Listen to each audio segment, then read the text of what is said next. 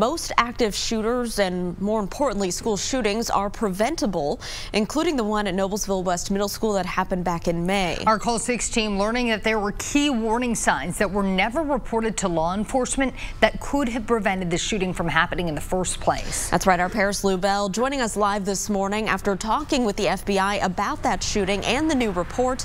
Paris, what are you learning?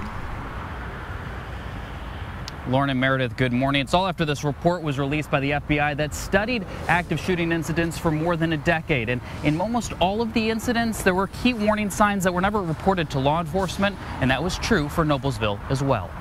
Somebody, in retrospect, had recognized some type of behavioral change that could have been significant. That's FBI Special Agent in Charge Grant Mendenhall. He says in most school shooting incidents, they're often preventable, including the Noblesville Middle School shooting in May. How can you know if somebody's actually going to take action?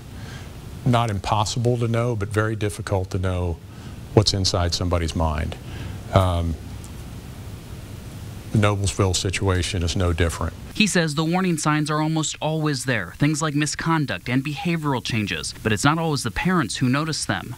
Friends, teachers, coaches know our kids in a different way than we as parents know them. While the FBI wasn't aware of the 13-year-old shooter before the incident, we did learn in court that the school was aware of 21 incidents of misconduct with the shooter between October 2017 and the day of the shooting. But the biggest warning sign was on the morning of the shooting. We also learned in court the shooter sent a text message to 3 different students warning them not to come to school. All of those key warning signs, according to the FBI. In the majority of those cases, the people that knew didn't report it to law enforcement. While it's still unclear what Noblesville police may have known about the shooter prior to the day of the shooting, it was clear from court that the school district was aware of certain issues with the 13-year-old.